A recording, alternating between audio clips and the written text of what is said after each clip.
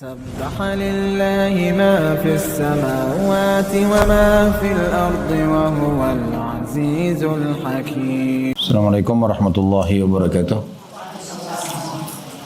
Alhamdulillah. Selalu saja lisan kita memuji Sang Pencipta Allah atas segala nikmat yang dilimpahkan kepada kita. Sebagai seorang muslim, kita sangat yakin bahwasanya Allah sebagai pencipta dan tiada Tuhan yang berhak disembah kecuali Dia, telah menjadikan kalimat Alhamdulillah sebagai kalimat penghubung antara kita dengannya, dan dengan kalimat ini tentu saja semua kebutuhan kita untuk roda kehidupan di muka bumi akan berjalan. Juga selanjutnya kita panjatkan salam hormat kita kepada utusan Allah Nabi besar Muhammad sallallahu alaihi wa ala alihi wa sahbihi wasallam, sebagaimana Allah telah memerintahkan kita untuk mengucapkan salam hormat ini, tentu dengan mengejar pahala yang telah dijanjikan, juga untuk membalas jasa manusia terbaik ini yang telah menghabiskan umurnya 23 tahun untuk agama ini, 13 tahun fase Mekah, semuanya dengan gangguan, siksaan, dan puncaknya diusir dari kampung halamannya Mekah, dan 10 tahun di Madinah, semuanya penyempurnaan agama dengan turunnya ayat-ayat hukum dari Allah Subhanahu wa taala. Baik, ini pertemuan perdana kita offline setelah masa pandemi kemarin, yang alhamdulillah Allah sudah selesaikan masa pandemi itu. Dan dulunya kita sempat membahas bedah buku Imam Az-Zahabi rahimahullah, dosa-dosa besar. Sekarang kita pindah ke buku lain yang kebetulan buku ini Allah amanahkan untuk bisa disusun melalui kami tentunya, dengan judul Bergegaslah Bertaubat Sebelum Terlambat. Ada satu bonus ya ibu-ibu sekalian yang Allah Subhanahu wa taala berikan kepada setiap orang yang beriman.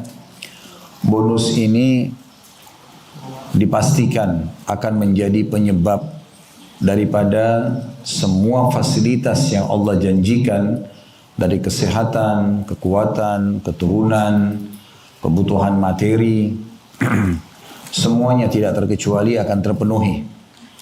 Kalau ada orang sedang menghadapi permasalahan apapun, permasalahan kecil sampai permasalahan yang besar, yang ringan ataupun yang rumit, juga akan mendapatkan jalan keluar, maka itu adalah bonus ini. Seberat apapun pelanggaran seseorang, dengan bonus ini semuanya akan dimaafkan. Itulah taubat. Dan itu yang menjadi inti judul buku yang sedang kita bedah. Taubat ini saya melihatnya adalah bonus dari Allah Subhanahu wa taala. Kalau ada seorang muslim atau muslimah berbuat dosa kepada Allah 50 tahun misalnya, umur dia anggap 65 tahun, 15 tahun fase sebelum balik, 10 tahun semuanya kelalaian, semuanya maksiat kepada Allah. Mungkin tidak sholat, tidak puasa, banyak melakukan pelanggaran-pelanggaran agama, transaksi ribawi, manipulasi data, perzinahan, dan yang lainnya misalnya. Maka di tahun 51 dari masa hidup dia, maksudnya selain masa balik tadi, dia melakukan dan meraih bonus ini, taubat nasuha kepada Allah. Betul-betul dia kembali kepada Allah dengan hatinya, dengan kerendahan diri, mengakui kesalahan-kesalahannya, maka dia akan mendapatkan apa yang Nabi SAW sudah sebutkan dalam sabda beliau, At-taubah tajubbu ma qablaha. Taubat akan membersihkan semua kesalahan masa lalu. Pernah ada seorang sahabat Nabi bernama Amr bin As radhiyallahu anhu. Beliau sempat datang ke kota Madinah pada saat mau masuk Islam bersama dengan dua orang sahabatnya yang lain. Waktu dua sahabatnya sudah masuk Islam, beliau sempat berkata kepada Nabi SAW, "Ya Rasulullah, wahai Muhammad," sebelum syahadat, dia mengatakan, "Wahai Muhammad, ulurkanlah tanganmu." Maksudnya untuk salaman, kemudian dia mau syahadat. Namun pada saat Nabi SAW ulurkan dan Amr bin As memegang tangan Nabi, tiba-tiba dia menariknya. Amr bin As menarik tangannya. Kata Nabi SAW, kenapa hai Amr? Kenapa kau tiba-tiba menariknya? Seakan-akan dia mau ingin menunda masuk Islamnya. Kata dia, saya punya syarat, kata Amr. Kata Nabi SAW, apa syaratmu? Sebelum masuk Islam, dia mengatakan agar Allah memaafkan seluruh kesalahanku masa lalu. Karena Amr bin As tahu dia dulu pemusuh Islam, termasuk tokoh Mekah yang sangat memusuhi Nabi SAW, dan Islam adalah Amr bin As. Dan dialah orang yang diutus oleh Quraisy untuk menuju ke Raja Najasyi di Ethiopia, menjemput sahabat-sahabat Nabi 83 orang yang sudah masuk Islam untuk dibawa pulang secara paksa ke Mekah dan untuk disiksa. Namun kuasa Allah Subhanahu wa taala, dia dapat hidayah di sana. Karena dia melihat Najasyi sendiri, Raja Ethiopia, masuk Islam di tangan Ja'far bin Abi Thalib. Maka dia pun ingin masuk Islam. Dia mengatakan, ya Rasulullah, hai Muhammad, syaratnya ada. Saya minta agar pada saat saya syahadat, semua dosa saya yang lalu dimaafkan. Maka Nabi SAW tersenyum sambil mengatakan, hai Amr, apa kau belum tahu? Kalau masuk Islam akan memaafkan semua kesalahan masa lalu. Kalau taubat, membersihkan dosa-dosa masa lalu. Dan kalau hijrah ke jalan Allah, maka juga memaafkan dosa-dosa masa lalu.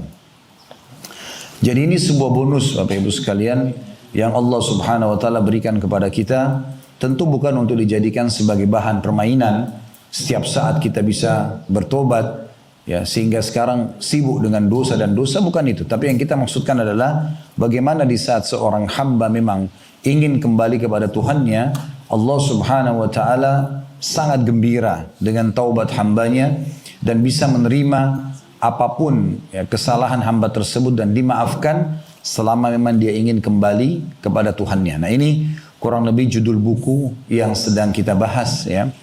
Cuma tadi qadarullah saya pikir bukunya sudah tersiapkan. Nanti kedepannya insya Allah ibu-ibu akan pegang bukunya ya. Ya, bukunya lagi menuju ke sini, nanti insya Allah sebentar akan bisa dimiliki masing-masing ya. Nah di awal buku ini ada bahasan kita tentang awal bahasannya, awal babnya, maksiat dan dampak buruknya. Nanti akan kita bahas masalah itu supaya setiap orang di antara kita lebih hati-hati lagi dalam melakukan pelanggaran-pelanggaran. Jadi ibaratnya sebenarnya seperti orang yang kerja di satu perusahaan, di saat dia mengikuti peraturan-peraturan perusahaan dengan baik, maka dia akan mendapatkan gaji dan bonus sesuai dengan kerja dia atau kinerja dia. Tapi di saat orang ugal-ugalan, malas bekerja, suka melakukan pelanggaran, maka dipastikan dia tidak akan mendapatkan maksimal hasilnya atau bahkan mungkin di PHK, dikeluarkan dari perusahaan tersebut. Nah ini rasionalnya tentunya. Baik, di awal pembukaan kita, mungkin sambil menunggu bukunya datang, saya ingin Bapak Ibu atau Ibu-Ibu, terutama karena yang hadir banyak Ibu-Ibu, insya Allah kita bisa melihat Allah Subhanahu wa taala menjanjikan di dalam surah Al-A'raf. Bisa dibuka di aplikasi Al-Quran di handphonenya ya. Masing-masing bisa buka surah Al-A'raf, surah nomor 7 ayat 96. Allah memastikan kalau penghuni negeri itu beriman kepada Allah, menjadi orang-orang yang soleh dan soleha, maka Allah akan berikan semua jenis kebahagiaan, semua jenis ketentraman jiwa.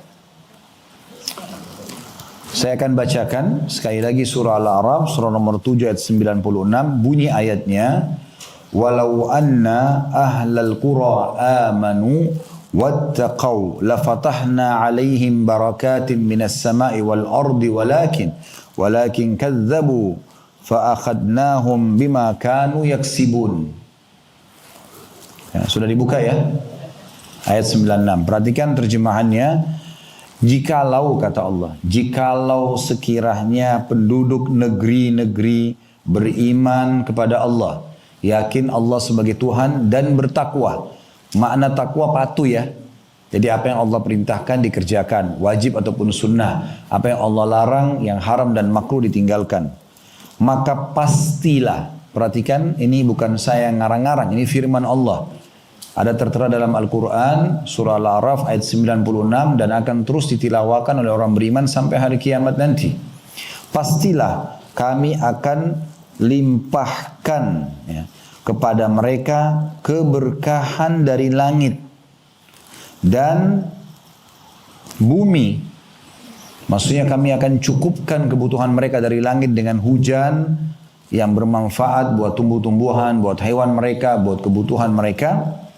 Dan juga dari bumi keluar semua hasil-hasilnya. Bisa panen buah-buahan, sayuran, bisa mengambil, mengelola emasnya, nikelnya, dan segala macam hal ya, yang bisa diambil. Tetapi sayangnya kata Allah, mereka mendustakan atau meragukan ayat-ayat kami, maka kami pun siksa mereka disebabkan perbuatan mereka itu. Ya.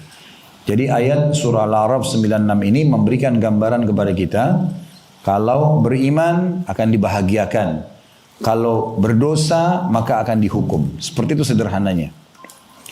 Semua permasalahan yang ibu rasakan ya, dalam kehidupan ini dari dosa.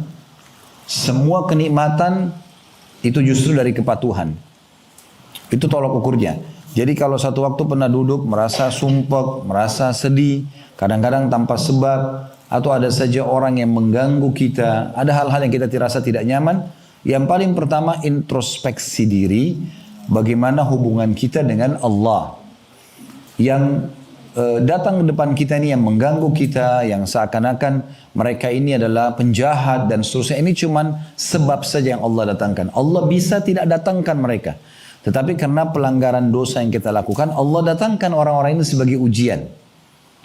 Makanya sebagian salafus saleh itu mereka peka sekali. Sampai ada di antara mereka kalau lewat di sebuah tempat, mencium bau busuk saja, mereka langsung istighfar kepada Allah. Karena bisa saja Allah tidak sampaikan bau sampah atau bau busuk itu ke hidung dia. Tapi kenapa Allah sampaikan? Langsung mereka introspeksi diri. Ada di antara mereka jalan kakinya kesentuh batu. Kakinya keseleo. Sudah cukup untuk membuat mereka jadikan sebagai bahan muhasabah atau introspeksi diri. Astagfirullah, saya ada dosa apa nih? Ada sebagian di antara mereka mengatakan, aku mengetahui aku punya dosa di saat aku melihat perubahan sikap pasangan hidupku, tungganganku, dan juga tikus yang masuk ke dalam rumahku. Berapa banyak tikus di rumah kita tapi kita tidak pernah pedulikan. Tikus selalu merusak, tidak ada manfaatnya tikus, gitu kan? Dan dibolehkan membunuhnya. Kalau ada bapak ibu yang bilang misalnya, lalu untuk apa Allah ciptakan Ustaz? Ya dengan hikmahnya. Sebagaimana juga kenapa Allah ciptakan babi padahal Allah haramkan. Supaya Allah uji kita. Ini loh hewan yang tidak boleh kamu makan misalnya ya. Sebagai ujian. Allah berikan kita gantinya tentu yang halal. Begitu juga Allah ciptakan tikus untuk Allah perlihatkan ini ada ciptaan Allah yang lain. Ya memang ciptaan ini akan merusak maka harus hati-hati. Ya. Dan dinamakan oleh Nabi SAW dengan fuwaisiqah atau binatang yang buruk ya. Muhammad bin Sirin rahimahullah memberikan gambaran dalam buku beliau masalah ta'wil mimpi. Kalau ada orang istikharah, dia ingin menikah misalnya, atau dia ingin interaksi bisnis sama seseorang, lalu kemudian dia mimpi tikus, berarti ada gambaran kurang baik tentang orang itu ya. Karena ini binatang buruk ini, seperti itulah. Tapi intinya sebagian salafus saleh jadikan sebagai bahan introspeksi diri, ya. Mereka jadikan sebagai bahan introspeksi diri. Perhatikan firman Allah Subhanahu wa taala yang lain, ini ayat luar biasa. Dalam surah Hud surah nomor 11 ayat 117. Di sini Allah Subhanahu wa taala pastikan tidak mungkin satu negeri, satu kota, satu desa Allah Subhanahu wa taala datangkan bencana, banjir, longsor, tsunami, apa saja yang biasa kita dengar fenomenanya, bahkan negara kita pernah ditimpa, itu sementara mereka orang-orang yang baik dan soleh dan solehah. Pasti ada pelanggaran, baru Allah datangkan itu. Ya. Perhatikan surah Hud surah nomor 11 ayat 117 berbunyi, Allah Subhanahu wa taala berfirman, "Wa ma kana rabbuka liyuhlikal qura bidzulmin wa ahluha muslihun." Sesungguhnya Tuhanmu sekali-kali tidak akan pernah, hai Muhammad, membinasakan satu negeri atau negeri-negeri secara zalim. Tidak mungkin tanpa sebab. Tsunami terjadi, longsor terjadi, banjir, tidak mungkin tanpa sebab. Sementara penduduknya berbuat kebaikan atau ketaatan. Jadi apa makna ayat ini? Kalau seandainya kita selalu patuh menjadi orang baik, soleh dan soleha, tidak akan ditimpa masalah. Ya. Kita pasti akan melalui kehidupan dengan baik saja. Ya. Apakah berarti orang soleh tidak diuji? Diuji tentunya. Nabi Muhammad SAW pernah demam. Dan demam beliau sangat luar biasa. Sampai ada sahabat yang datang, itu memegang di atas selimut Nabi, terasa tembus panasnya gitu. Sampai sahabat ini mengatakan, ya Rasulullah, sesungguhnya Anda ditimpa demam seperti ini yang tidak biasanya. Kata Nabi SAW, iya, kami para nabi-nabi diuji 2 kali lipat dari ujian kalian. Ujian, tapi maksudnya apa? Ujian bukan kena dosa. Ujian yang menimpa umumnya manusia. Ya. Kalau untuk orang-orang beriman biasanya untuk peninggian derajat kayak demam, penyakit secara umum lah, flu, ya. Itu ada menimpa orang-orang beriman. Tapi dia sifatnya semua orang kena. Bukan kena dosanya. Kan itu. Maka kalau orang-orang beriman biasanya dilipat gandakan ujiannya. Mungkin orang biasa demam cuma 3 hari, dia 1 minggu misalnya. Lalu sahabat ini mengatakannya, Rasulullah, apakah itu berarti Anda dapat 2 kali lipat juga pahala? Kata Nabi SAW, iya, kami akan mendapatkan 2 kali lipat pahala itu. Lalu sahabat ini bertanya lagi, ya Rasulullah, siapa orang yang paling berat ujiannya? Yang umum menimpa orang, semua orang kena sebagai bentuk ujian dari Allah. Tadi saya kasih contoh misalnya demam, flu, ya. Maka kata beliau, para nabi-nabi. Lalu datang orang-orang yang mendekati iman para nabi-nabi tersebut. Tapi ini bukan berarti orang-orang beriman dan para nabi dihukum karena dosa mereka, bukan. Karena orang beriman tidak mau buat dosa, tapi kalau datang ujian, ujian ini justru akan meninggikan derajat dia di surga. Ada derajat-derajat di surga yang kita tidak bisa jangkau kecuali dengan sholat malam 100 tahun, puasa sunnah 100 tahun misalnya. Ya, sedekah 100 tahun, tapi umur kita hanya 70 atau 80 tahun. Allah mau kita mencapai derajat itu. Bagaimana caranya? Allah datangkan ujiannya. Ya, ada orang kena penyakit, dia harus minum obat. Sudah 10 tahun berjalan minum obat. Itu ujiannya. Supaya dia sampai derajat itu. Tapi tolok ukurnya, kata Nabi SAW, Allah tidak akan menguji seorang hamba di atas daripada kemampuannya. Jadi nggak mungkin Allah datangkan ujian kepada seorang hamba di atas daripada kemampuan dia. Baik, kita akan lanjutkan bahasan ayat kita. Ya. Dalam surah Al-Qasas, ya. Surah nomor 28 ayat 59. Surah nomor 28 ayat 59. Perhatikan mirip dengan tadi Hud ayat 117. Sekali lagi Al-Qasas surah nomor 28 ayat 59 bunyinya, "Wa ma kana rabbuka muhlikal qura hatta yab'atsa fi ummiha rasulan yatlu 'alaihim ayatina wa ma kunna muhlikil qura illa wa ahluha zalimin." Artinya, dan tidaklah Tuhanmu hai Muhammad membinasakan kota-kota sebelum dia mengutus di kota itu seorang utusan, ya, yang membacakan ayat-ayat kami pada mereka, dan tidak akan pernah pula kami membinasakan satu kota atau kota-kota kecuali penduduknya dalam keadaan melakukan kezaliman.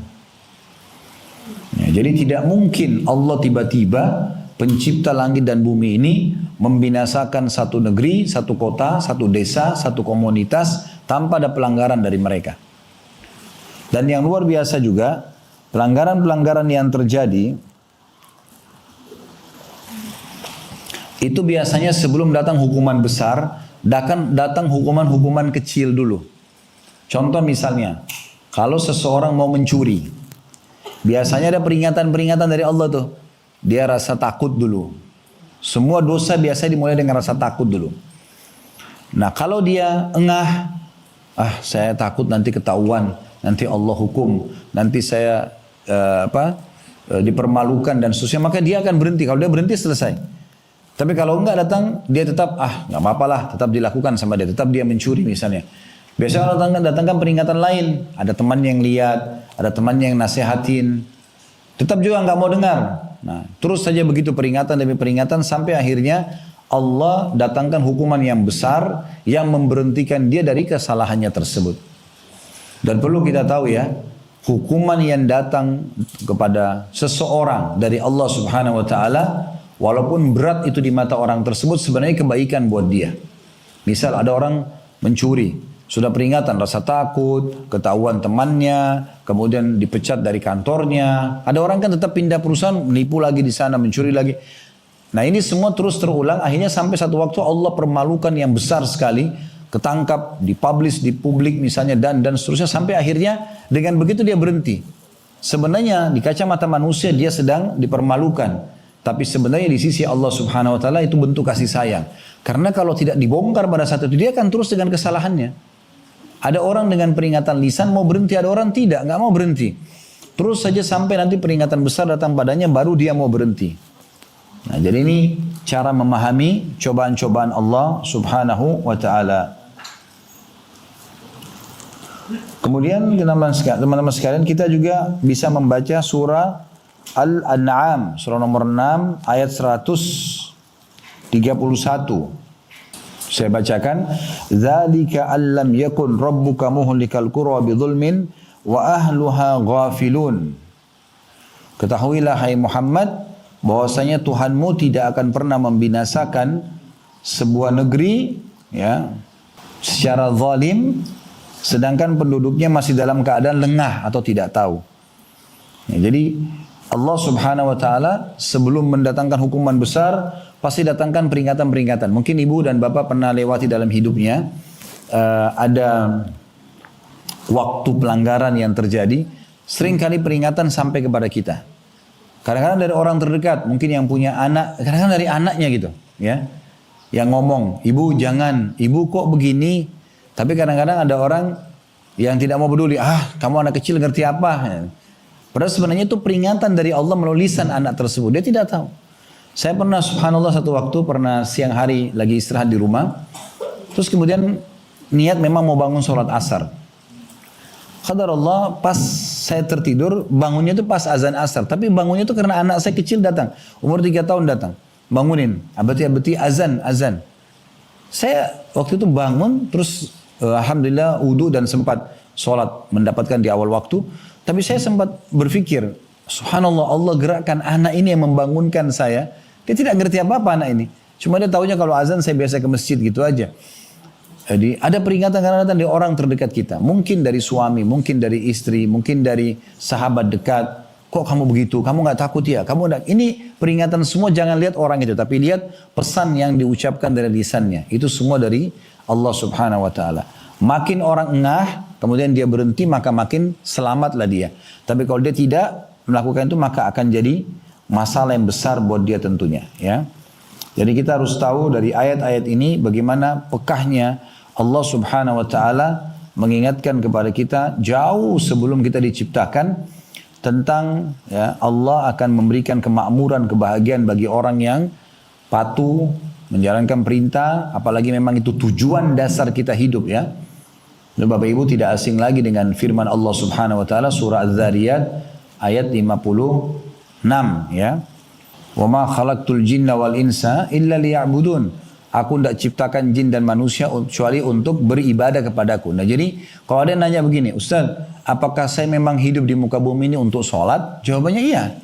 Apakah untuk puasa? Iya. Apakah untuk zakat? Iya. Untuk haji dan umrah? Iya. Bakti sama orang tua, zikir, baca Quran, berdoa. Emang itu tujuan kita diciptakan. Selain daripada ini bukan tujuan. Berbuat dosa itu bukan tujuan. Itu pelanggaran. Ya. Jadi kalau masih ada di antara kita yang berpikir untuk berbuat dosa, berarti dia keluar dari tujuan asal dia diciptakan. Harusnya dia faham ada di muka bumi ini, lahir dari rahim ibunya memang untuk mengabdi kepada Allah SWT. Itu tujuan kita diciptakan. Ya, jadi memang dari amal soleh ke amal soleh lain. Dari jenguk orang sakit, kemudian silaturahim keluarga, ke majelis ilmu, jenguk misalnya mencari nafkah, ya yang baik-baik semuanya. Ya. Kalau tempat-tempat dosa maka itu tidak ada sama sekali masuk dalam program hidup kita. Ya, harus jauh. Allah Subhanahu wa ta'ala juga mengingatkan kepada kita di beberapa ayat Al-Quran. Ayat 97-nya ya, itu afa amina ahlul qura an ya'tiyahum ba'suna bayatan wa hum na'imun. apakah penduduk negeri itu merasa aman dari kedatangan siksaan kami kepada mereka di malam hari pada saat mereka tidur? Yaitu isi ayat 97-nya. Kemudian ayat 98-nya, awa amina ahlul qura an ya'tiyahum ba'suna duhan wa hum yal'abun. Apakah penduduk negeri itu merasa aman dari kedatangan siksaan kami kepada mereka di waktu duha atau di pagi hari sedangkan mereka lagi bermain-main? Ayat 99-nya, afa aminu makrallah fala ya'manu makrallahi illal qaumul khasirun. Apakah mereka selalu merasa aman dari siksa Allah yang tidak terduga-duga? Tidaklah merasa aman dari siksa Allah karena dosa yang dilakukan kecuali kaum yang merugi. Ayat 100-nya, awalam yahdi lil ladzina yarithuna al-ardha min ba'di ahliha allau nasha'u asabnahum bidunubihim wa natba'u ala qulubihim fahum la yasma'un. Apakah belum jelas bagi orang-orang yang mempusakai satu negeri yang sudah pernah lenyap penduduknya bahwa kalau kami menghendaki kami azab mereka karena dosa-dosa mereka dan kami kunci mata hati mereka sehingga mereka tidak dapat mendengar dan mengambil pelajaran lagi. Ya, jadi maksudnya seperti kasus Fir'aun di Mesir ya. Penduduk Mesir harusnya bisa memahami kalau sudah pernah ada orang disiksa di negeri itu ya. Disiksa di negeri itu maksudnya di Mesir. Jangan sampai penduduk Mesir kembali lagi mengulangi perbuatannya Fir'aun. Kufur kepada Allah, menolak ayat-ayat Allah karena siksaan itu bisa terulang pada mereka. Atau selain Fir'aun, negeri manapun ya, yang pernah ditimpa bencana-bencana besar, jangan sampai kita berpikir ya, oh itu kan tertimpa orang sebelum kita. Ya kita nggak mungkin tertimpa, itu kebodohan namanya. Karena akan sama, semua pelanggar-pelanggar akan kena hukuman, semua orang-orang yang patuh akan dapat nikmat. Begitu poinnya ya. Kita lihat Nabi Muhammad SAW dan para sahabatnya yang beriman dimuliakan oleh Allah Subhanahu Wa Taala. Ya, Abu Bakar, Umar, Uthman, Ali, Talha, Zubair. Banyak sahabat-sahabat Nabi dulu tidak ada yang kenal. Tapi setelah masuk Islam mereka beriman, mereka patuh kepada Allah, menjalankan perintah, meninggalkan larangan. Allah muliakan dan angkat nama mereka harum dalam sejarah manusia.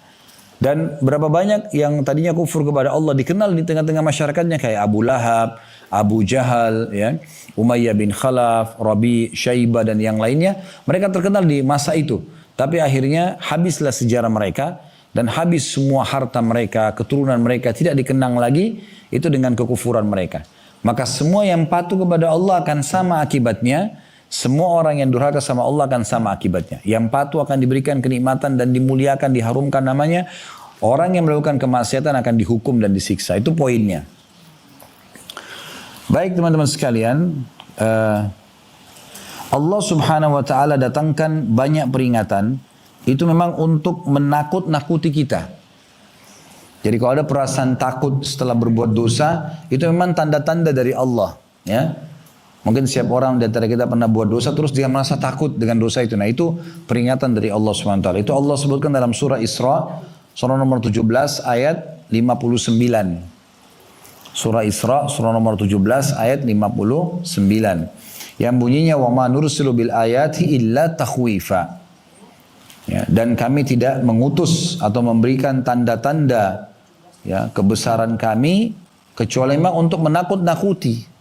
Ya. Untuk menakut-nakuti. Memang seperti itu Allah datangkan untuk membuat kita takut.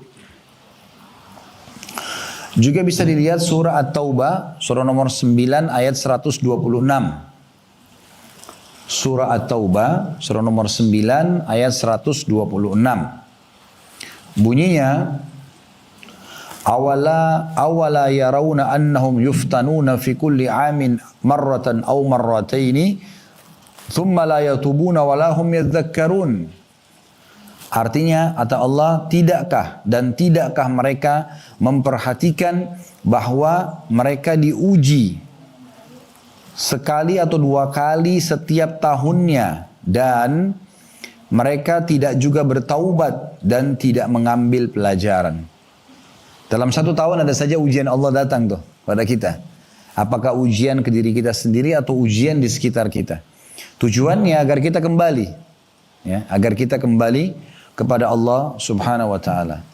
Juga bisa lihat surah Sajadah, ya, surah nomor 32 ayat 21. Surah nomor 32 ayat 21.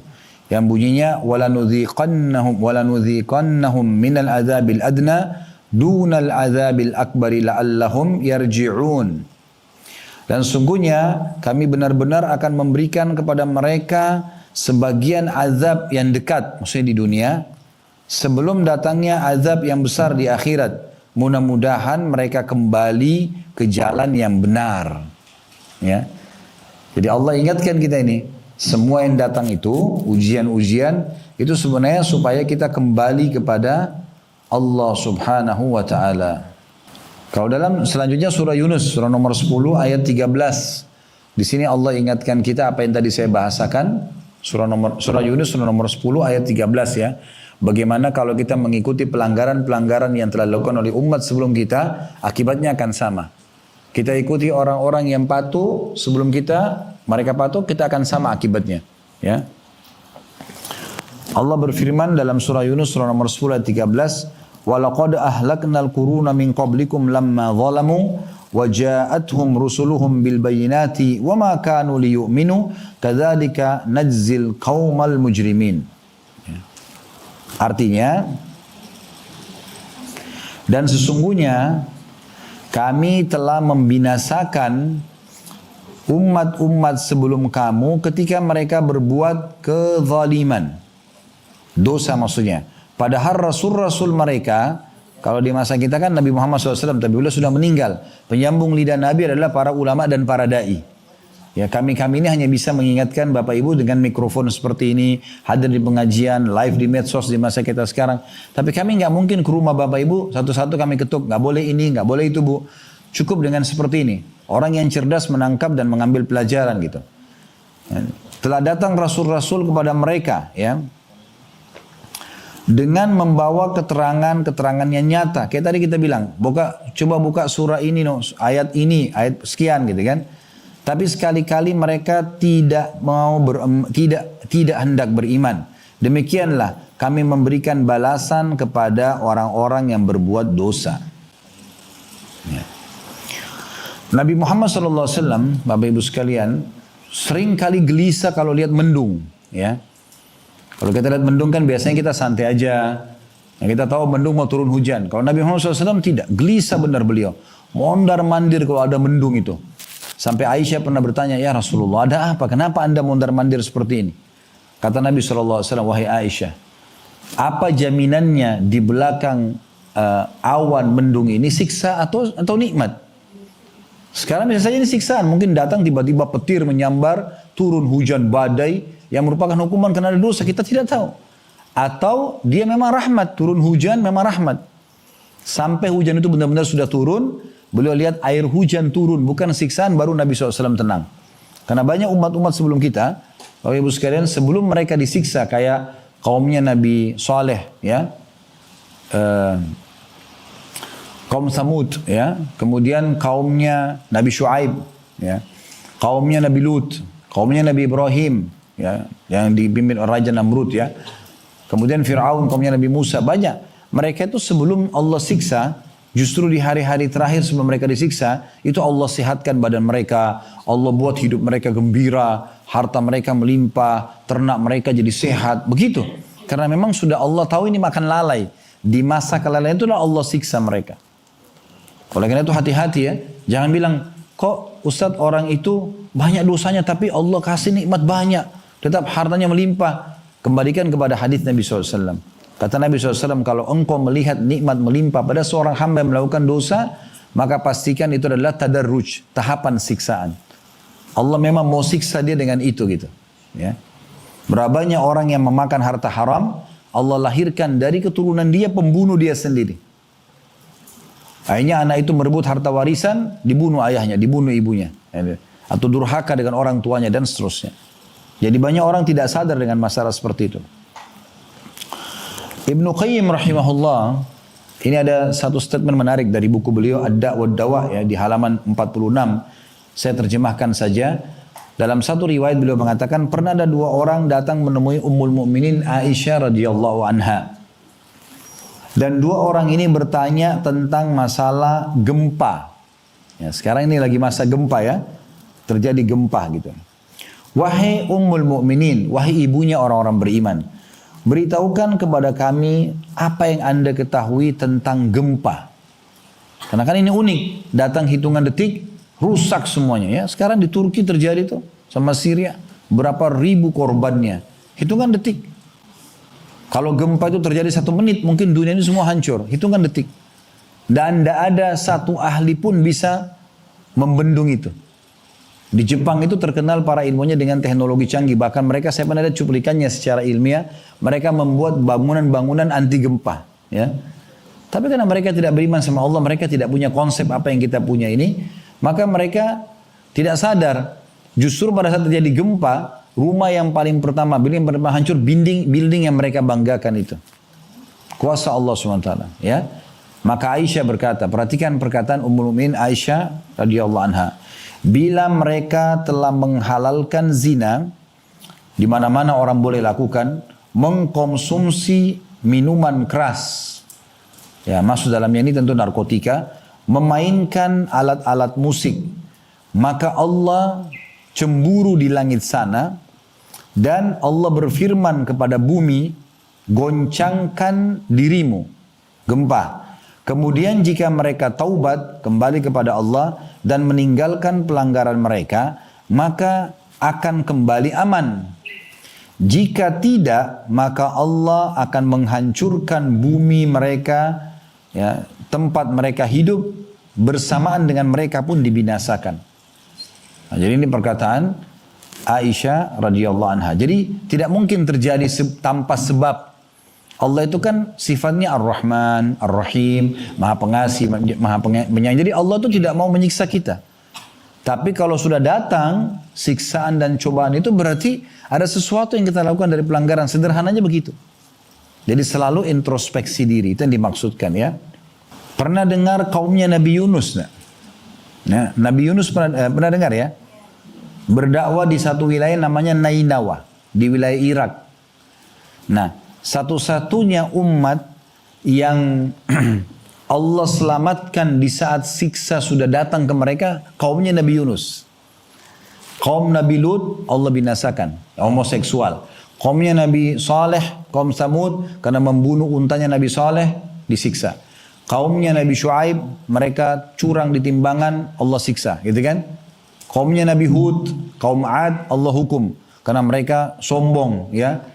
Membuat kerusakan di muka bumi. Nah, semua itu Allah binasakan. Ada satu kaum juga siksanya Allah sempat datang udah, sebagian datang, tapi mereka taubat dan akhirnya Allah hilangkan tuh siksaan. Itu kaumnya Nabi Yunus. Jadi waktu datang Nabi Yunus alaihissalam ke situ, kebetulan Nabi Yunus bukan dari negeri Nenawa, dari negeri lain. Tapi beliau datang ke situ lalu beliau mendakwahi penduduk Nainawa, karena mereka lagi sembah berhala segala macam, tapi mereka tidak mau dengar, dinasihatin nggak mau dengar. Nah, salah satu hal yang perlu difahami Bapak Ibu sekalian, kalau Allah mengutus seorang nabi, nabi itu tidak boleh meninggalkan lokasi dakwah sampai datang perintah meninggalkannya. Walaupun harus dibunuh. Pernah dengar kisah Nabi Zakaria, Nabi Yahya, ya? Nabi Yahya itu kan dibunuh oleh kaumnya ya. Karena perintah Allah disuruh berdakwah sampai mati di situ. Nah, Nabi Yunus rupanya dia melihat penduduk Nainawa nggak mau dengar kebaikan. Nabi Yunus ambil inisiatif. Udah kalau kalian tidak mau dengar, hati-hati loh. Saya sudah ingatkan ya. Nanti siksa Allah datang. Lalu dia minta petunjuk sama Allah. Ya Allah, berikan saya lokasi lain yang orang mau beriman. Belum datang perintah Allah, Nabi Yunus sudah pergi. Inisiatif dari beliau, pergi. Akhirnya Allah hukum Nabi Yunus. Tahu kisahnya kan, ditelan oleh ikan paus gitu kan. Beliau naik kapal, terus kemudian beliau di tengah lautan tuh kapalnya dihantam dengan ombak. Kapten kapalnya suruh buang semua barang-barang dari kapal, ternyata masih nggak bisa juga. Takutnya tenggelam kapal ini, masih berat. Maka harus ada salah satu yang berkorban, loncat di laut. Nah pada saat mereka ngundi nama Nabi Yunus yang keluar. Di kapal itu ada yang tahu dia. Mengatakan ini Nabi Allah, nggak mungkin dia. Karena setiap diundi namanya yang keluar. Coba ganti lagi, ulangi lagi undinya. Kalau salah satu di antara kita keluar harus berkorban. Nah, yang kedua tetap nama Nabi Yunus. Yang ketiga tetap Nabi Yunus. Nabi Yunus akhirnya sadar dan mengatakan, mungkin ini peringatan dari Allah. Saya tinggalkan lokasi dakwah sebelum datang perintah. Maka beliau loncat, begitu loncat ditelan oleh ikan.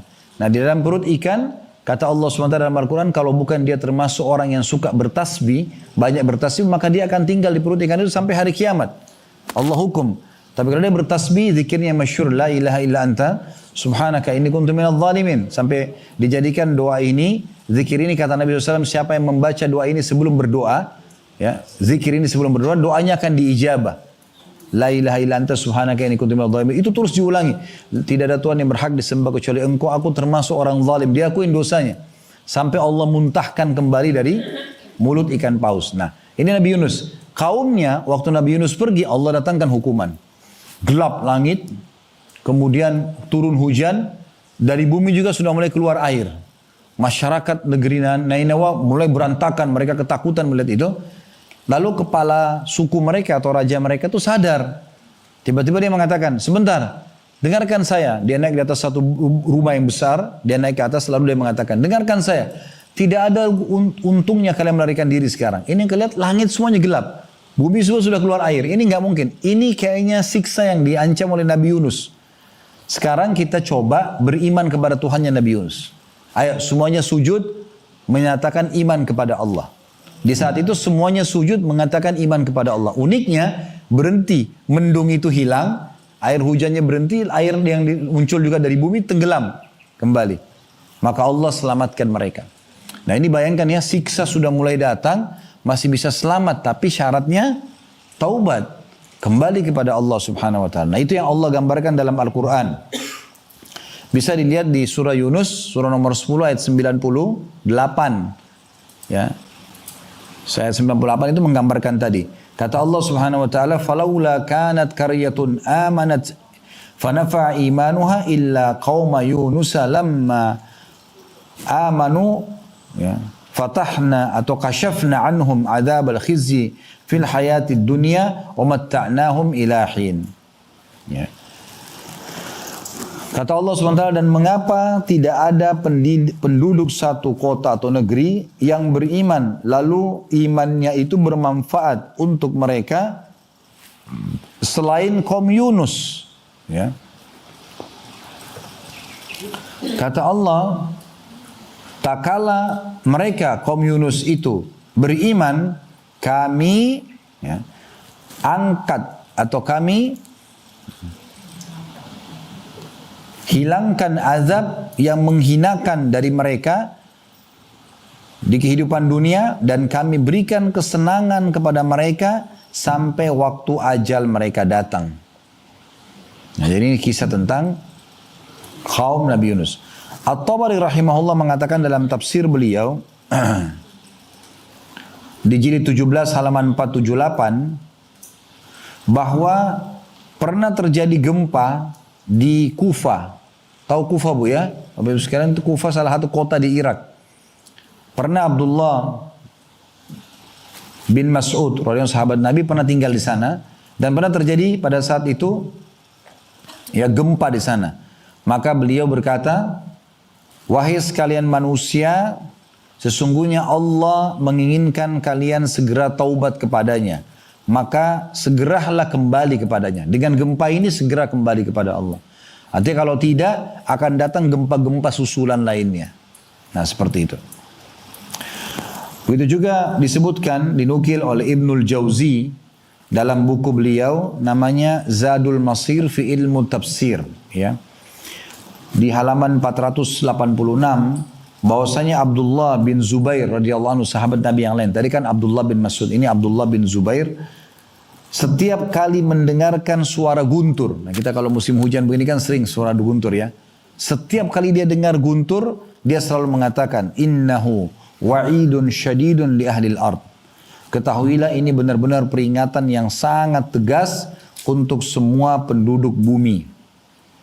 Maksudnya, kalau orang tidak segera sadar, ini bahaya nih. Menggelegar sekarang di langit, tapi bisa saja menjadi sesuatu yang bermasalah bagi penduduk bumi kalau mereka tidak mau sadar. Ya, kalau ada orang datang peringatan kepada dia, lalu dia segera taubat, maka itu luar biasa. Ya, Allah Subhanahu Wa Taala betul-betul memudahkan dia untuk selamat dari siksa itu. Ya. Perhatikan itu Allah gambarkan di dalam Al-Quran juga ya. Nah ini juga subhanallah saya coba cek di tulisan, saya mungkin kena buru-buru nggak sempat tulis surahnya ya. Tapi ini ada di ayat 43.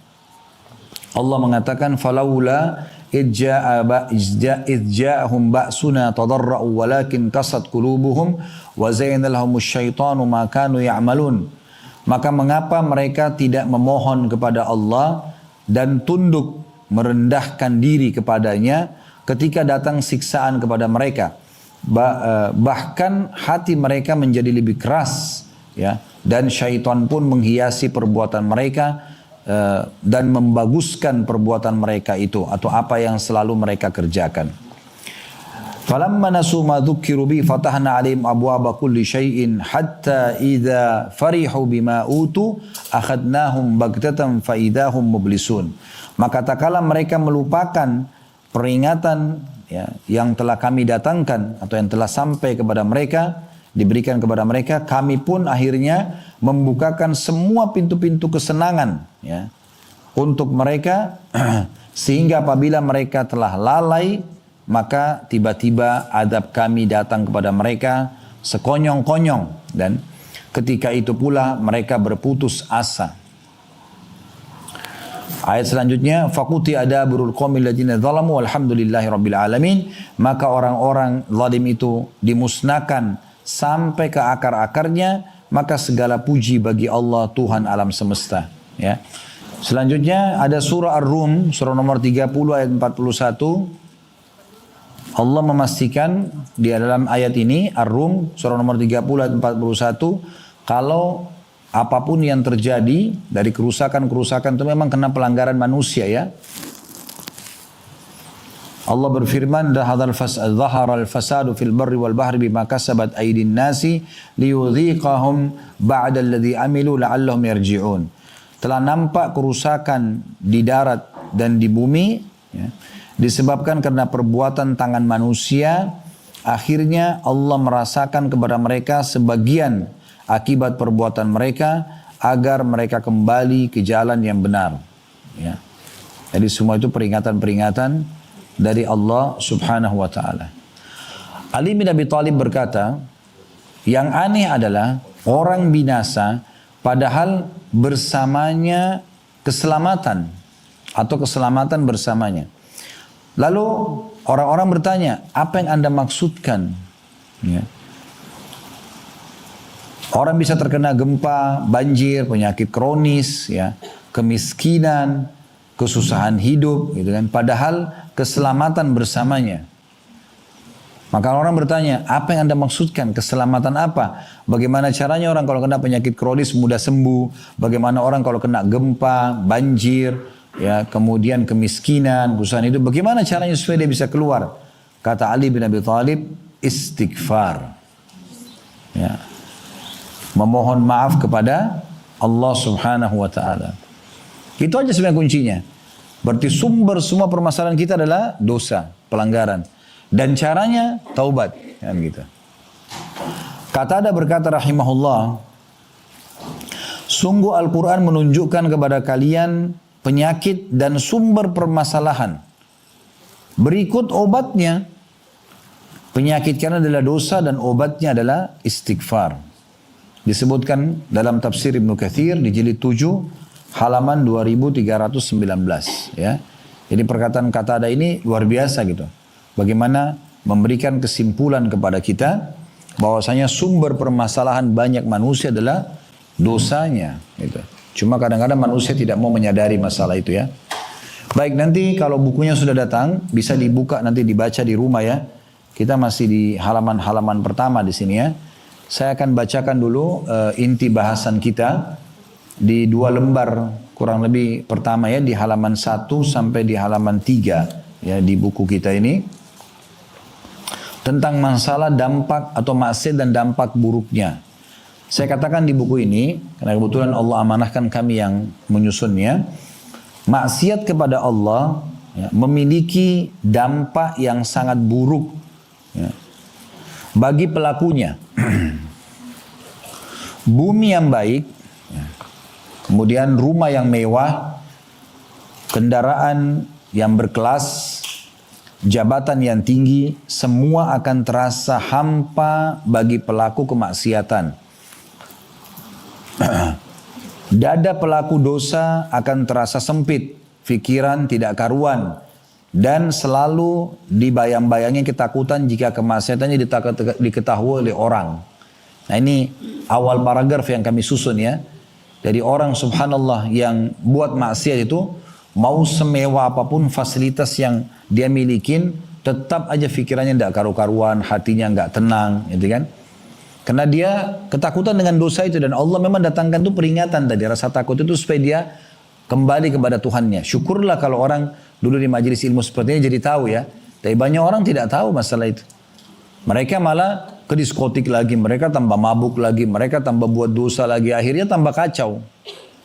Sebaliknya saya bilang di paragraf kedua, orang yang beriman dan bertakwa, patuh kepada Allah, mengerjakan perintah, meninggalkan larangan, ya, itu dadanya akan lapang dan hidupnya akan tenang. Walaupun memiliki rumah yang sempit, kendaraan yang sederhana, bahkan tidak memiliki kendaraan pun, dan hidup miskin, dia selalu bernafas dengan lega, tanpa khawatir, ya, tanpa khawatir murka Allah datang, karena memang jauh dari perbuatan dosa. Jadi kalau ada orang mungkin miskin, susah hidupnya diganggang, tapi tenang, tentram, azan ke masjid, hidupnya pas-pasan, mungkin cuma satu piring makan berdua sama istri atau sama suaminya, anak-anaknya mungkin sekolah, ya ada yang juga tidak sekolah, tapi hidupnya tentram, karena memang jauh dari dosa itu.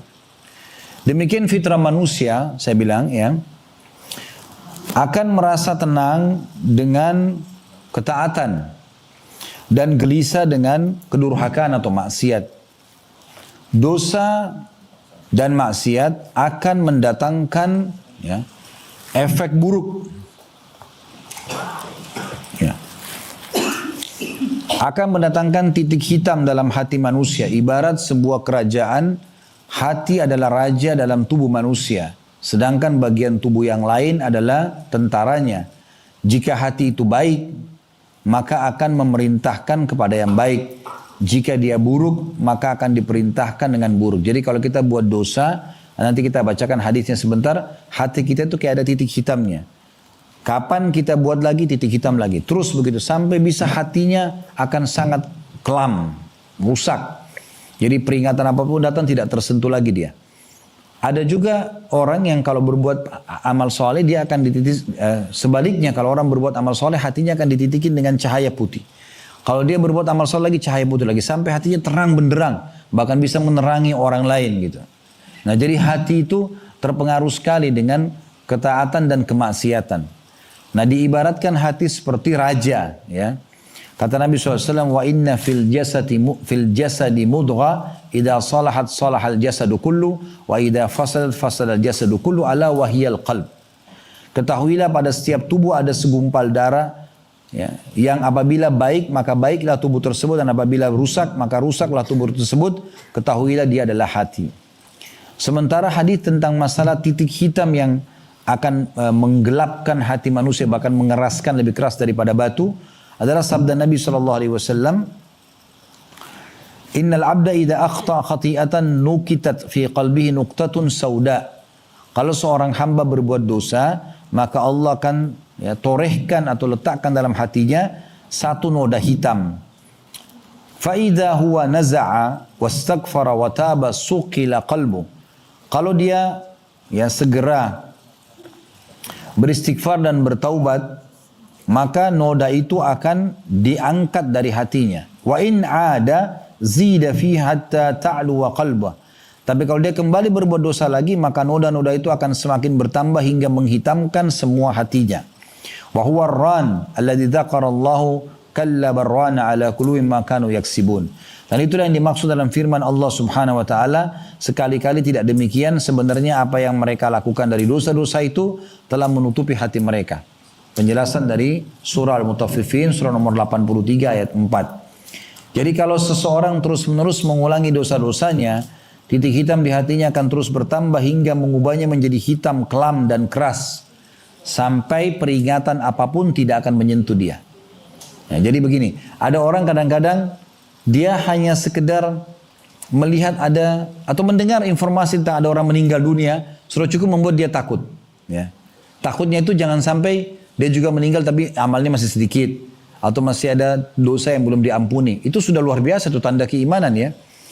Ada orang itu baru mendengar, ada orang begitu melihat kejadian fenomena alam, dia udah merasa ketakutan kepada Allah. Dia segera kembali kepada Allah. Ini tanda-tanda keimanan. Tapi ada orang, Bapak Ibu sekalian, karena hatinya sudah keras, bahkan lebih keras daripada batu. Mungkin dia naik mobil berdua sama temannya, tabrakan, temannya mati, kepalanya pecah, dia selamat, dia masih tidak ambil pelajaran. Dia cuma menceritakan, oh teman saya tabrakan, kepalanya pecah, saya enggak apa-apa. Nah, cuma sebatas itu. Dia tidak ambil pelajaran. Padahal bisa saja berapa menit kemudian dia keluar pakai mobil, tabrakan, dia yang terpecah kepalanya. Orang tidak ambil pelajaran, ya. Jadi ini contohnya, kalau hati sudah keras, peringatan apapun tidak akan menyentuh hati dia. Makanya tadi saya bilang, para salafus saleh itu mencium bau busuk, kakinya kesentuh batu kah, apa saja perubahan sikap pasangan, ya tunggangannya, ada tikus di rumahnya, semua jadikan sebagai bahan introspeksi diri gitu, melunakkan hati mereka. Allah menggambarkan dalam surah Al-Baqarah hati yang sudah keras ini, ayat 74, "Tsumma qasat qulubuhum Thumma qasat qulubukum min ba'di dzalika fahiya kal hijarati aw ashaddu qaswa." Kemudian setelah itu hatimu menjadi keras sehingga hatimu seperti batu bahkan lebih keras lagi. Ya. Ketika hati seseorang telah menjadi keras, maka pada saat itu semua jenis peringatan tidak akan berpengaruh terhadapnya. Kematian yang terjadi di depan mata, bencana alam, tanah longsor, banjir, gempa, tidak ada sesuatu yang dapat mengetuk hatinya sehingga dia seperti hewan ternak atau bahkan lebih sesat daripada itu.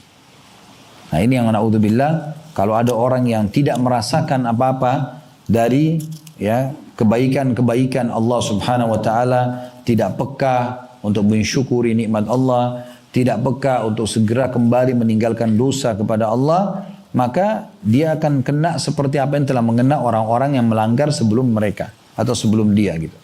Baik teman-teman sekalian, mohon maaf kami ada acara lagi di Blok M. Ini persiapan untuk maghrib insyaAllah. Semoga apa yang kita bahas hari ini bermanfaat buat kita. Kalau benar dari Allah, kalau dasar dari saya mohon dimaafkan. Subhanakallahumma bihamdika asyhadu an la ilaha illa anta astaghfiruka wa atubu ilaik. Wassalamualaikum warahmatullahi wabarakatuh.